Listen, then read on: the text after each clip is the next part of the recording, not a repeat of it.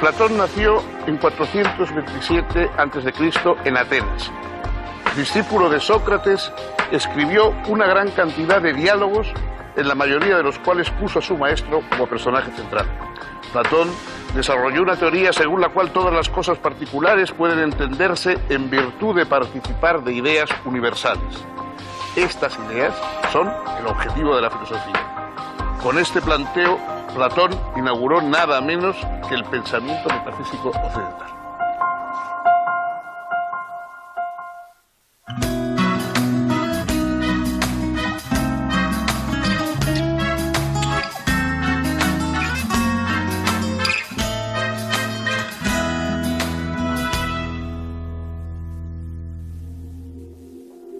¿Cómo les va? Bienvenidos. Si les parece, vamos a hablar un poco de filosofía. ¿Qué es filosofía? Alguien ha dicho que todas las obras filosóficas que se han escrito son simplemente notas a pie de página de los diálogos de Platón. Ese filósofo griego, a su vez, escribió una serie de diálogos protagonizados, casi todos ellos, por la figura de un protofilósofo, de un filósofo anterior todavía al propio Platón, que no escribió nunca, Sócrates. Un personaje extraño, humorístico, que algunos tenían por un bufón, que otros tenían por un personaje subversivo, que deambulaba por Atenas sin ninguna prosopopeya, sin darse importancia, sin considerarse un gran profesor, simplemente preguntando a los ciudadanos de la polis, de Atenas, si sabían qué era la belleza, qué era la verdad, qué era la justicia, y cuando ellos, riendo y considerando que eran temas muy sencillos, le daban una respuesta convencional, él comenzaba a hacer preguntas sobre esa respuesta convencional hasta poner en claro que al menos no sabían cuál era la respuesta. No es que Sócrates ofreciera una respuesta definitiva, pero demostraba que los demás tampoco sabían eso que creían que estaba tan claro y tan fácil. Platón recoge esos diálogos protagonizados por la figura de Sócrates, de ese personaje que sin énfasis, sin adoptar un aire de gran sabio, sin darse ningún tipo de importancia, ni por supuesto decir que tenía ninguna autoridad de tipo divino, ese personaje que se acerca a los demás de hombre a hombre con una interrogación en los labios, es el inicio de la filosofía. Así empieza todo, así nos lo contó Platón, y vamos a intentar ahora saber cómo fue, quién fue ese Platón a cuyos diálogos dan origen a todo el resto de la filosofía occidental.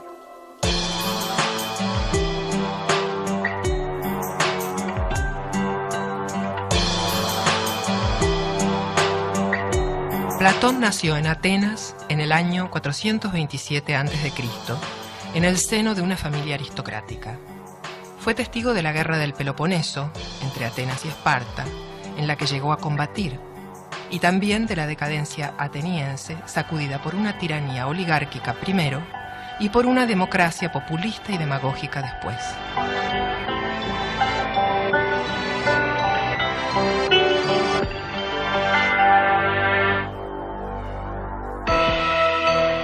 Platón era discípulo de Sócrates, de quien había heredado la búsqueda conceptual y la exigencia ética. Pero Sócrates fue víctima de acusaciones absurdas y finalmente resultó condenado a suicidarse mediante envenenamiento.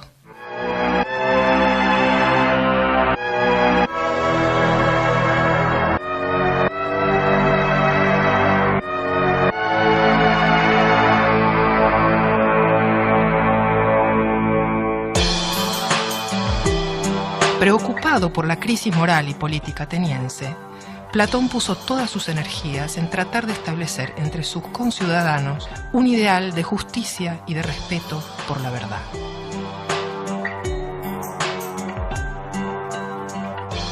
Para ello, fundó su célebre academia, destinada a dar educación filosófica a los futuros políticos y gobernantes, y escribió un gran número de bellísimos diálogos, donde abordaba diferentes problemas filosóficos.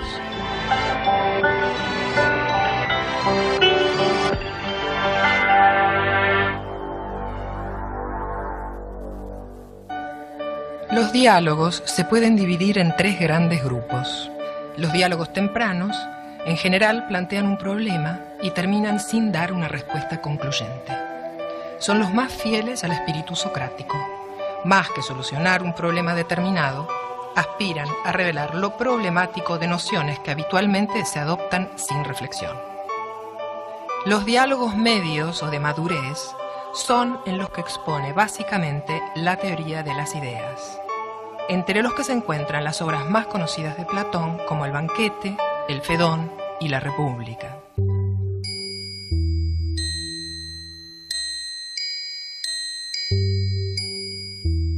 Las ideas, según Platón, son objetivas, eternas y universales. Los triángulos concretos, por ejemplo, pueden ser imperfectos y terminan por borrarse o desaparecer, pero la idea de triángulo, en cambio, es perfecta e inmutable. Es por la idea de triángulo que podemos reconocer que ciertas figuras geométricas, a pesar de lo diferentes que puedan ser entre sí, en tamaño, color, etc., son precisamente triángulos. Lo mismo ocurre con otras ideas no geométricas, como las de justicia, belleza, etc.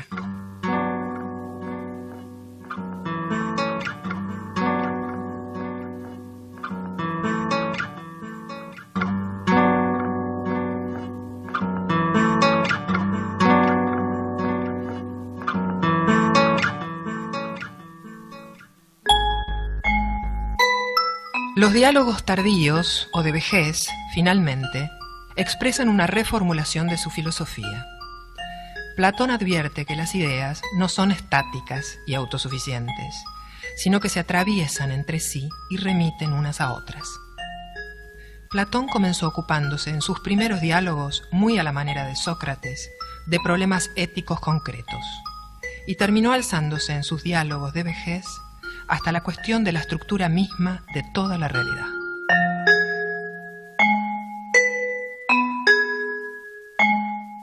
Una de las cuestiones centrales de la filosofía, a partir ya del propio Platón, ha sido buscar qué tienen en común las cosas detrás de su aparente diversidad. Nosotros vemos que hay una infinita diversidad de cosas distintas y algunas de ellas las agrupamos en una especie de clases o colectivos.